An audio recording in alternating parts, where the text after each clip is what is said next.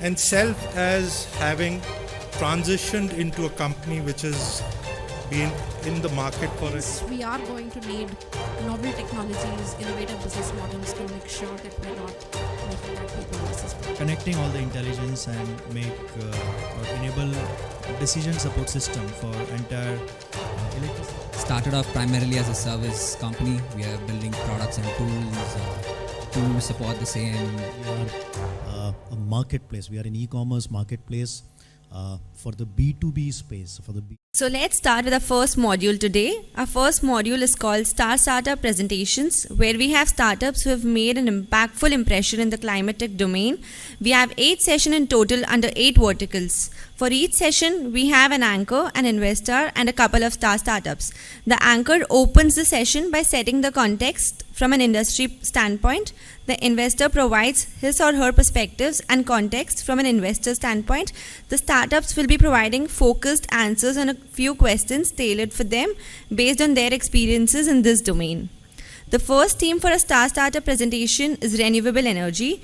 I humbly invite Mr. Tushar Lowalekhar from BiofuelCircle, Mr. Nitish Sairam from ILLUMINE, Mr. Vishal Pandya from REConnect Energy, the anchor, Mr. Monish Ahuja from PRESPL, the investor, Ms. Shruti Srivastava from Avaana Capital. Please head to the stage.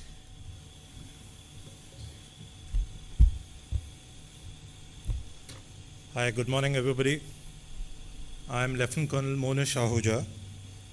I'm the Chairman, Managing Director, Promoter of once a startup, PRESPL. And this is my second year in continuation at Climafix. So thanks Narsi for inviting me over. Last year I presented about what we do. This year I have the task of being the anchor in the first session and the new format. So allow me to make the mistakes of a startup to start with this. Okay. This particular session is specifically on renewable energy, and we have 3 startup companies here from the space of biofuel, bioenergy, from solar, and from wind. Besides this, we have Shruti from Avaana Capital as the investor on the dais, and self as having transitioned into a company which has been in the market for a decade, working in the renewable energy space. Renewable energy, as the paradigm has shifted towards blurring lines of sustainability, energy requirement, carbon markets, survival of the planet, and for each one of us to be able to access affordable energy with the growth in the energy requirements overall and per capita which we want to meet, and the task shifting very rapidly between government, policymakers, energy companies. And today, without an iota of doubt, unless we move away from fossil fuel energy to renewable energy, it's doomsday. Now, a slight perspective which often I repeat, the electricity market of energy that we have addressed in India in the renewable energy form, and fantastically done at about 140 gigawatt electric today, fantastic target of 500 gigawatt, definitely we will achieve it the way we are going. However, that energy segment is still at about 18 to 20% of our energy basket in India. So what we have been doing for the last decade is continuously addressing our 18 to 20% of our energy basket only. And a couple of years back, I had, jokingly told the energy minister in Delhi and the secretary at MNRE, I said, sir, you should change the name of your ministry from Ministry of New and Renewable Energy to Ministry of New and Renewable Electricity, because you don't do anything except electricity. And how are we going to address our renewable requirement or sustainable requirement of energy in the 80% that is also rapidly growing and much more rapidly than the 20% element. And that's where I think today, consciously, India and the world has started addressing that segment, and that's where lies the opportunity for startups, for Climafix, for financial investors, for projects of scale to come in. And this 80% segment is predominantly what we do unconsciously. Cooking, transportation, industry energy requirements, which we take it as a given is available, but coming almost all of it from fossil. So let's start thinking towards that 80% of the segment and continue to do what we are doing in the 20% of electricity, electrons. Now here is where I think companies like mine, where we look at, or I looked at a problem statement and went to address that, and we continue to be doing that, and hence start finding problem statements. And if you are able to find problem statement which can get you thinking that if this problem is addressed in a particular manner, would bring opportunities of solutions. And I think no better place than, IIT Madras Research Park, the kind of, gray cell motivation and the brains which are here, nothing better than to galvanize that into motion. With that as a backdrop, I'll give you a small, 2 minutes more, sorry for kind of overshooting that time, example of a problem statement which we are addressing since the last 3 years. And I think we are finding a lot of headway over there. Cremation in India. Does anybody take it as a problem statement? So during COVID time, sitting in my house, I saw horror TV clippings of multiple bodies on single cremation pyres, and cremation not being accorded because nobody could go out of their houses and so on and so forth. And here we said, we as a company, we manufacture briquettes as one of our products, so densify farm agri residue into solid block briquettes. And we said, can't these briquettes be used instead of wood or trees which we are recklessly cutting down? And all of it is unsustainable. And we have done now a lot of work in the last 3-4 years, so I can say it is unsustainable. But all tree that we use in a crematorium is cut without a sustainability around it. So if we can use these briquette blocks to replace that tree, first you could accord a reasonable cremation to the dead. And secondly, you will save down cutting of trees. And here we are talking about billions of dollars on forestation to be done, carbon sinks to be created, carbon markets to be created. And in India, we go and cut 2 trees per cremation without any sustainability around it. And the cremation in India, I'll give you costs now, is done by multi-channels. Most of the places by government, urban local bodies or rural local bodies, between 3,000 to 4,000 rupees per cremation. That's the entire cost. For the wood, for the NGO or the individuals doing it, and some traditional families also do it. And at 4,000 rupees, you do a cremation with Supreme Court order of tree value at 74,500 rupees per year into the life of the tree. So typically one Hindu cremation, 10 years of tree life is burnt. So 7,50,000 rupees of national asset burnt at 4,000 rupees. Problem statement. So we said, can we do it? So Pune Municipal Corporation, we supplied them briquettes for COVID bodies to be cremated, and they just cremated the COVID bodies over these briquettes in open fields, and they came back and told us this doesn't work because briquettes don't stack up like the wood stacks up. In our crematoriums, we have open field pits where you stack up wood, you place a body, and you kind of cremate the body. So he said, there's nothing around it. Keep it sweet and simple in life. Make a cage in which you can place the briquette. So we started fabricating cages. And then we said we would give these cages for free because societal change to come.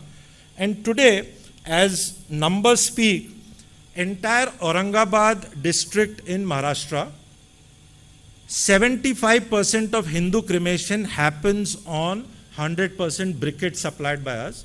And what we do? We said for this, because there is a capital investment, allow us to invest this capital in setting up those cages. And since we are making that investment, give us the rights to supply briquettes for 5 years. So through a tender process, we did this. Now, that has caught on as a societal change, acceptance. We didn't push it, government didn't push it, and the cost has come down to 3,000 rupees. And today more than 2,000 cremations have already been done, and average 250 cremations plus minus happen per month. And the municipal corporation is taking credit for the trees not being cut. Very good. This now has got picked up by central government, Ministry of Environment and Forest, and we are an energy company. We have got nothing to do from an environment point of view. Government orders and notifications across all states have been issued.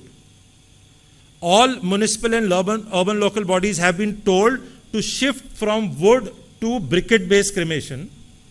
And tenders are coming out, which opens up a segment for this biomass to get supplied.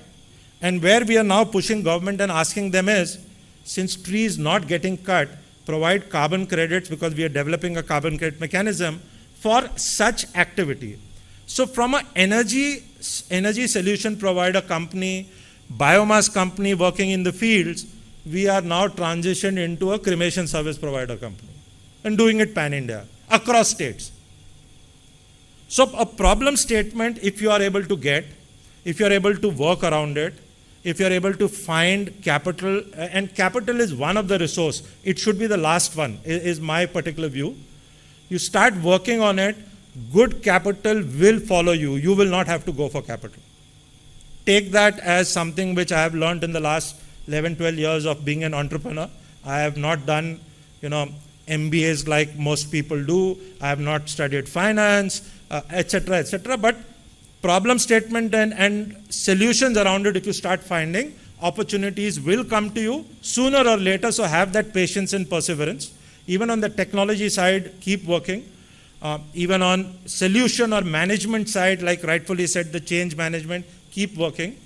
Most of the people will push you back that, it's a funny idea. But if you have the conviction that it can work, believe me, sooner than later, it will work. So go with that as a paradigm. With this, I'm here for the day today, happy to have conversations and learn from the ecosystem over here. And I will now invite Shruti from Avaana Capital for a quick couple of minutes about Avaana and how you would like to take it up. And then in the order that it is there, we'll invite the startups here. I do believe there are question answers, so we would like to go to that so that it can be more interactive. Shruti, over to you, please. Thank you so much. Yeah, we have the mic.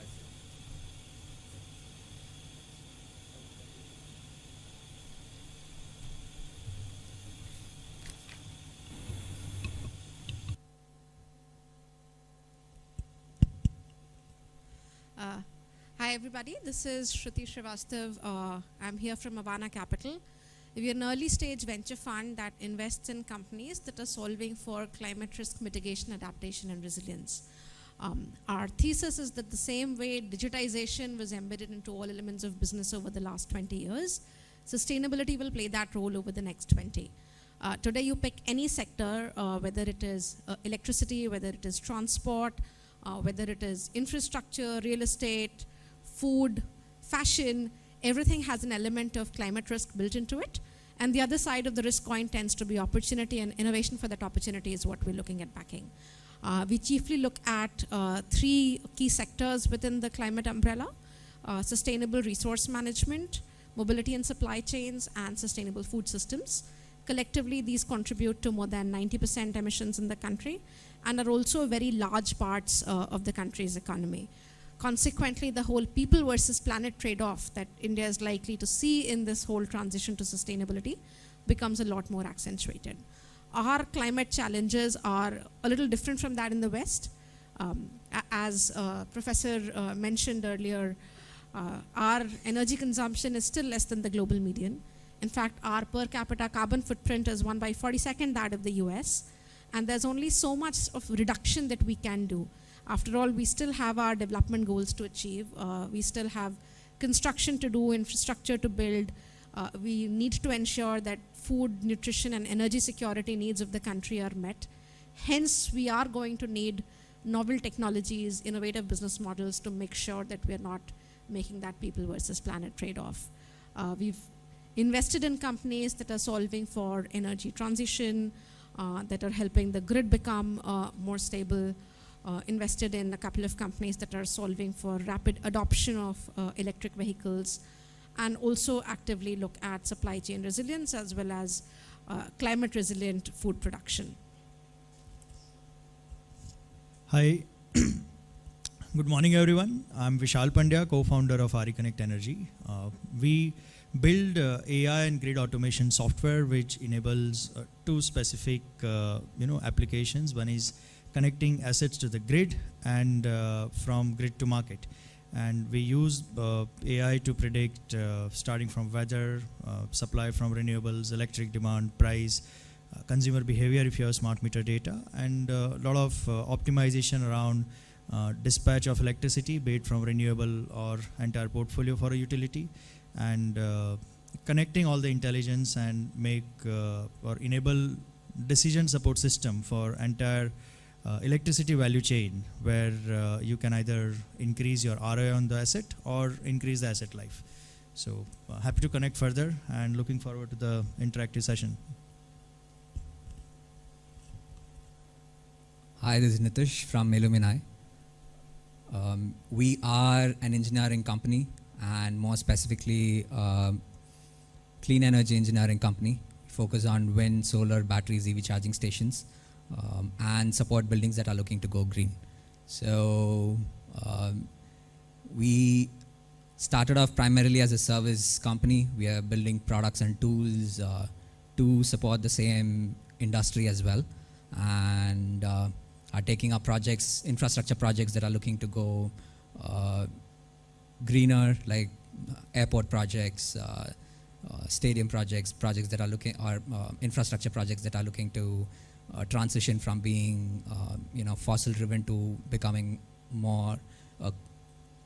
I think Dr. Ashok Jhunjhunwala was mentioning, how do you cut the point number 3? How do you cut consumption at the source, or how do you consume less? And that's one of the biggest problem I think we're trying to solve as well. So that's ILLUMINE-i.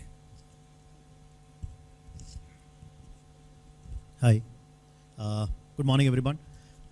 My name is Tushar Lowalekhar. I would like to start by complimenting Narsi and the Climafix team here for organizing such a wonderful event, and IIT Madras Research Center.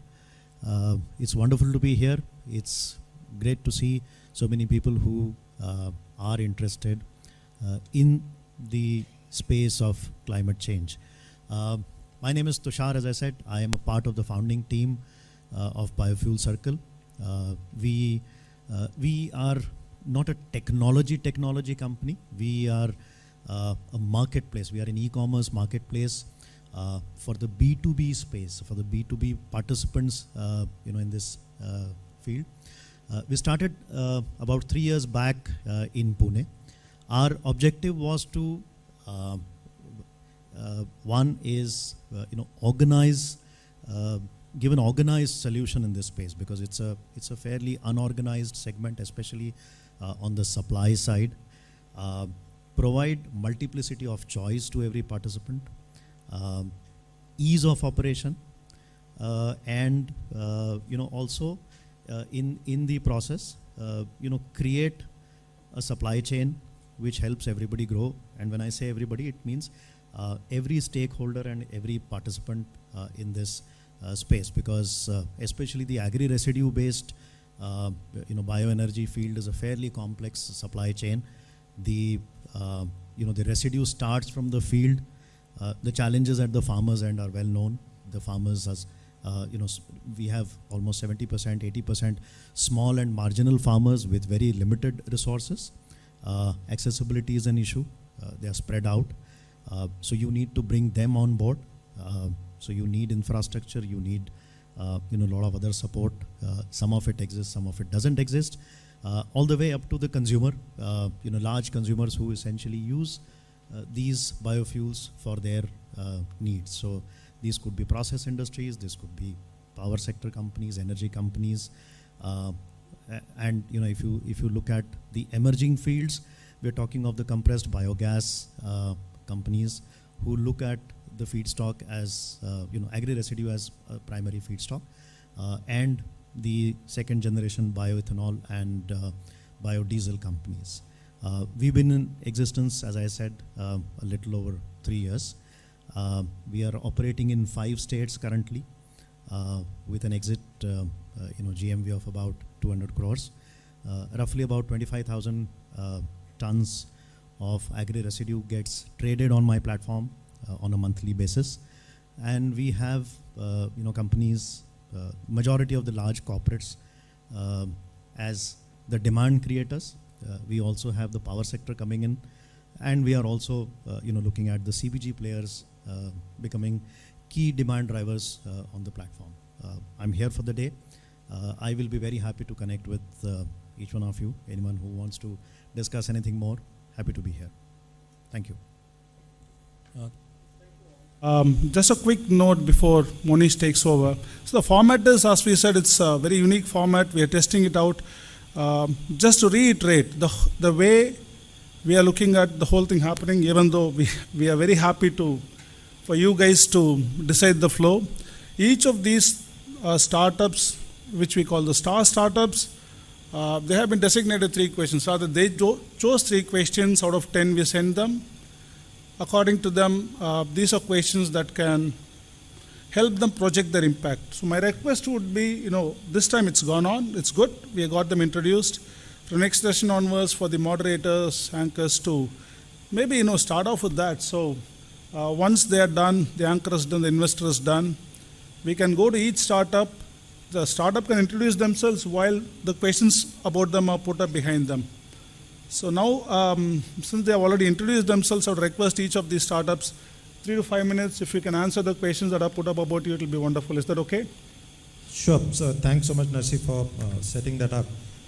In the order as listed, so the first set of questions, if we can have for Mr. Tushar. Would you help us with the questions? For BiofuelCircle, for Mr. Tushar, the set of questions, please.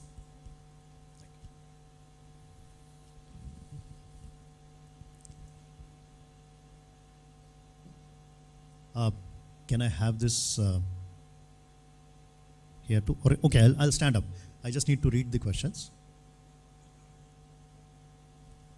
Yeah, so the first question is, can you describe a specific use case or few use cases where your solution had a massive sustainability impact? And the other 2 are in a way related, that any specific innovations you're planning that could significantly increase the impact of your solutions. So if you can just show the first slide that showing here. Yeah. So this is essentially, this picture speaks about what we are trying to do. What you see here is a typical farm. What you see is people trying to clear the farm just after harvest.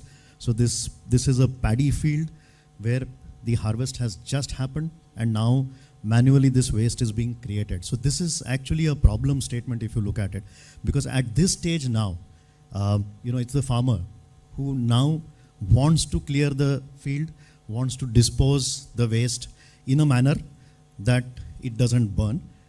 We also need to understand that the farmer doesn't produce waste. The waste gets generated as an act of producing crop. So the farmer's focus is always going to be on disposing of the waste as quickly as possible so that the next harvest, the next sowing can happen. And this is where, just the first slide from me, please. And this is where, the problem begins. At the other end of the spectrum, you have companies who are ready to buy this. They want to buy, but their requirement is very large. So if you look at the agri space in our country, a typical farm size is about 2 acres per farmer, which produces about maybe 2 tons of waste in one harvest season. On the other hand, of the demand side, if you look at the companies who consume, you'll have companies consuming maybe 100, 150 tons or 200 tons of waste on a daily basis. Now, if they have to get the supply from the farm, imagine the kind of infrastructure that is needed for you to get this entire waste collected and supplied to them. And that's what we are essentially trying to solve via a market mechanism, a marketplace mechanism, where we believe that if all the participants come together, in that case, you can build the heft and you can build the mass which is needed for creating that kind of a transaction. So we can go to the next one, please.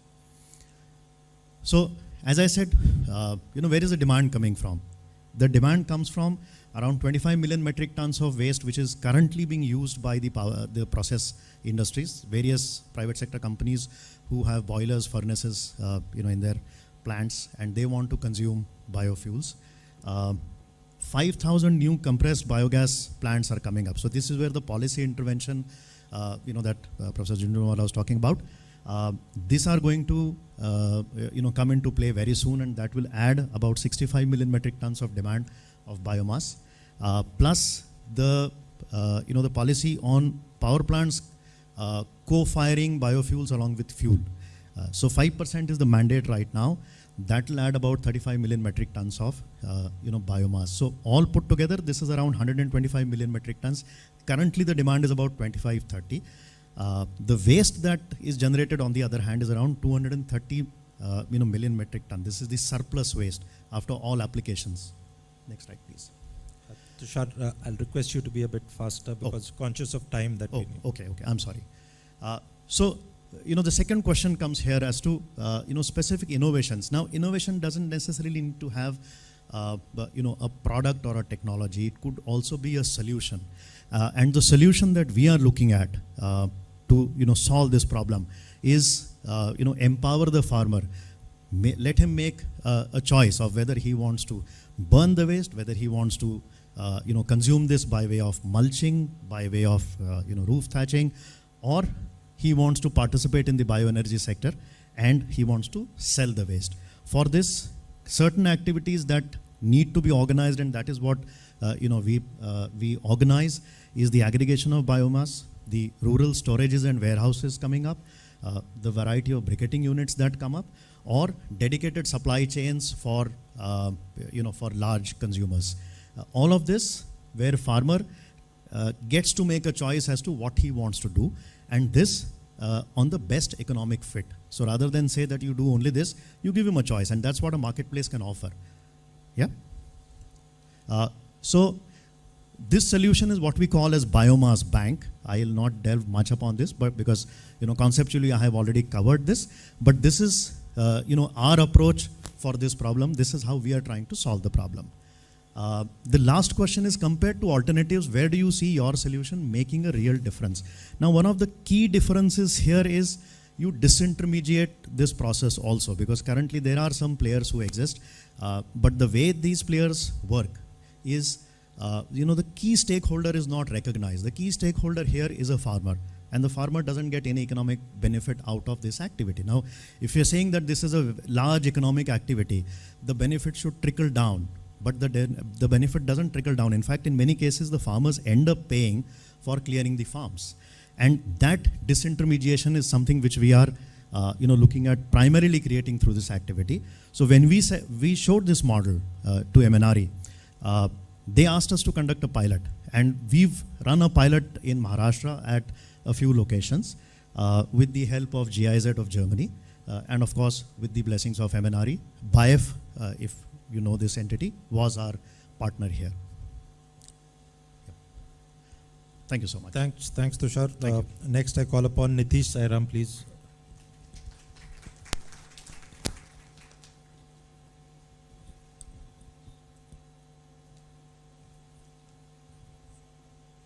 So, specific innovations that we're looking to, that will increase the impact.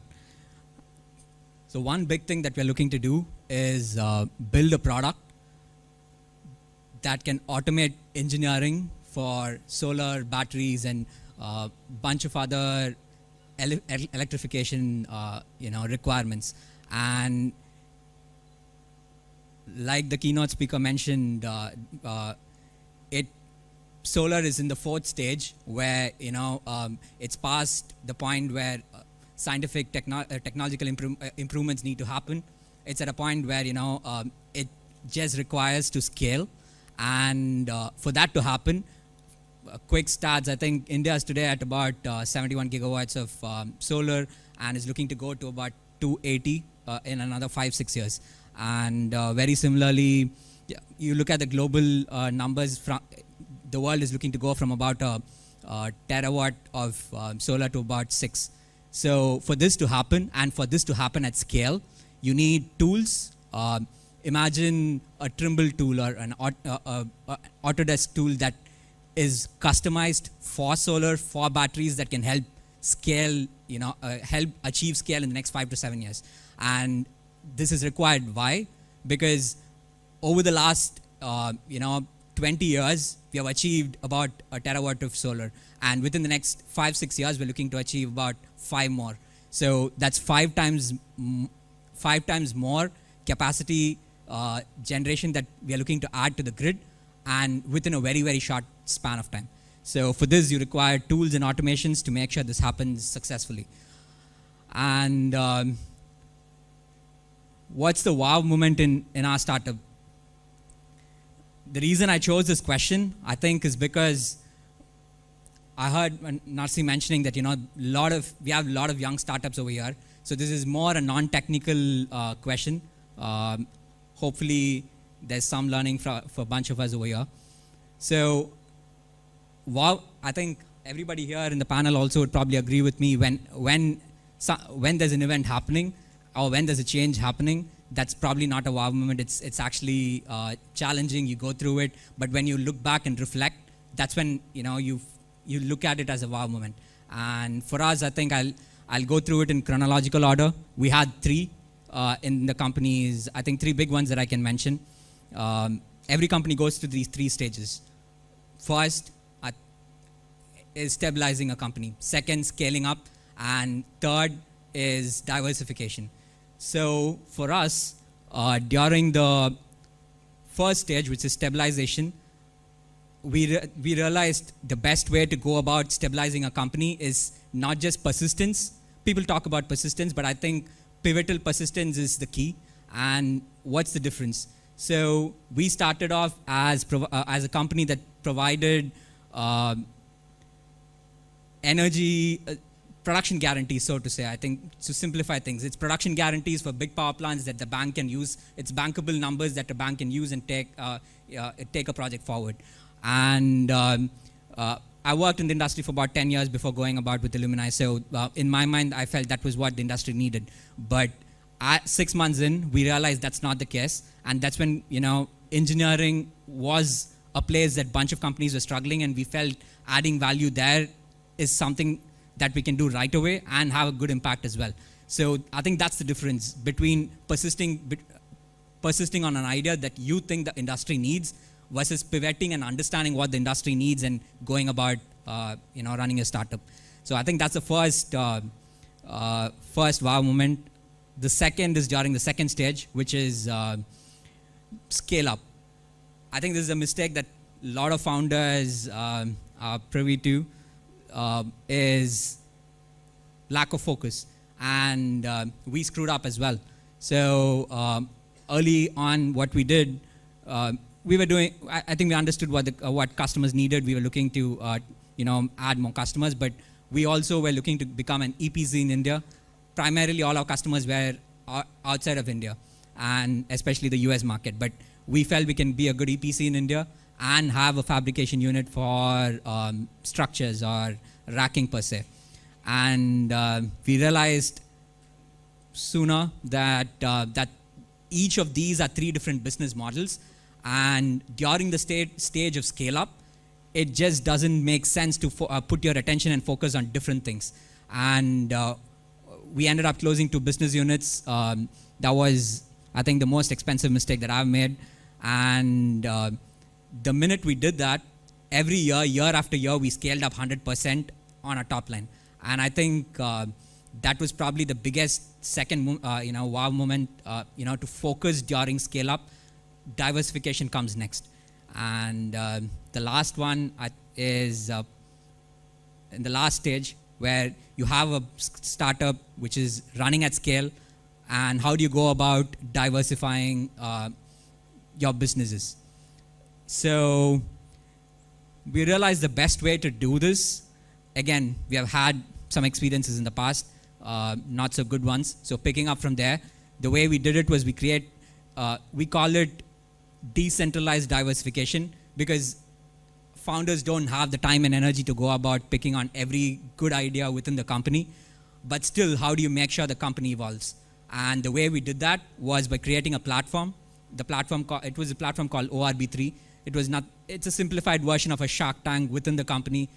Team members come, pitch ideas, the company invests its funds. And that actually ended up helping us diversify really, really well. We added an entirely new business unit. Our construction unit came up from one of our team members. It was not mine or my partner's idea. Very similarly, we had another last mile connectivity in Chennai. I don't know if you guys have seen the green autos on the road. That came out of this platform within the company. One of the team members came, pitched the idea. All we did was added some resources, supported with some early stage funds. And today it's a self-functioning startup by itself. I think these are three biggest wow moments and that we had during each stage of our startup. And yeah, hopefully that helps. Thanks, Nitish. Thanks for that. Next, Vishal, over to you, please. Hello. Yes. Can I have the questions? Yes. So the first question is, I briefly explained what do we do. We are a software company and work with renewable asset owners and transmission and distribution companies. The way we see electricity is that it will soon become singular source of energy. If you go by 2050 projections by IRENA, it says that 86% of energy would come from renewables, all forms of energy, in whatever form you consume. And we are going to hit a singularity point. And electricity would be driven a lot more by renewables. Renewables will, by design being variable, it also creates a lot of opportunity for stakeholders to understand these behaviors, coupled with demand and supply and markets. Markets are also becoming faster, and that's where our software layer comes in. We work with variety of asset class, be it asset owners from renewables or thermal power producers. The large pocket comes from renewable, the transmission asset owners as well as transmission system operators, and distribution companies, which is a new area for us where a lot of these tools are now being required as a product. So that answers the first question. The second question is, what is the specific pain point you are solving for your target audience? So when it comes to software, productizing it is very difficult when it comes to operating at a scale. And what we have seen so far is that every utility you go to and interact, or every renewable IPP you go to and interact, while the core of the software remains same, there are always going to be additional requirements that will come up. And that creates kind of a roadblock in terms of how do you scale and deploy product across multiple companies within the same asset class. And this problem, the way we have solved is layerizing the technology layers where it can still operate as a plug and play. And the entire problem is still not solved, but we have been able to deploy technology at scale. One of the classic example is when Ministry of Power wanted to integrate all of renewables in India. They started with a concept called Renewable Energy Management Centers. And these projects were given to companies like Siemens and OSI, 11 control centers. Each utility within the control center wanted all the renewables within the state to be integrated. AI grid automation products is what we were to provide. And the first hypothesis was that can you apply same product across 11 control centers all the way from National Load Dispatch Center to a state like Tamil Nadu, which has around 12 gigawatt of asset base now. How do you channelize all the data coming from variety of asset class? Can it scale? And if entire market is going to use your application, apart from ensuring high availability of 99.98%, how do you make it scalable where all these utilities can still work with the same core engine with whatever degree of flexibility and customization they want? And with the layerization of different technology layers, we could do that to a fair degree of extent. And now we are seeing similar opportunities coming up where a layer that you built on one particular product can be extended to other asset class, maybe say a distribution company or a large C&I customer who would also want similar use cases to kind of understand markets, dispatch optimization for your energy procurement or purchase strategies. The third question is specific use case where you had sustainability impact. Our hypothesis is this, that we are going to be a completely asset-light, software-driven company. SaaS as a model is yet to evolve because the business still revolves as a B2B and B2G setup. However, what we are seeing in terms of the long-term trend is that renewable energy is going to be the mainstream phenomena. Recently, Government of India has rolled out 2-3 very large-scale measures, starting with net zero drive, where we are committing net zero at a country level by 2070. We also have green energy open access, which says that every 100 kilowatt capacity and above consumer would ideally can go to market and buy renewable energy from market or any other stakeholders that you can supply. And then there is also Energy Conservation Amendment Bill 2021, which says that every large consumer or an industry must commit to the net zero transition by way of procuring renewable energy or all other means that you can support climate. The trend that we see is that renewable energy by design accelerates the markets becoming narrower. When I say narrower, it means that the markets are also becoming close to real time because the impact of renewable pushes you to have shorter gate closure in terms of how faster you can access energy market. And when the markets are becoming faster, there is no other way but to digitalize the entire ecosystem. And that's where we see that a very large scale impact could come in terms of how a particular software layer can connect all the asset class, integrate large portion of India's market, and today we are already integrating pretty much all of renewables in India. So these are the answers, and happy to connect more, take more questions later. Thanks, Vishal. With that, I think we are slightly over time, but that would be the wrap and end of this session. And thank you so much for the opening session. Being on renewable, I think the focus would remain. I'll request the panelists and co-panelists for a photograph which has been the ask.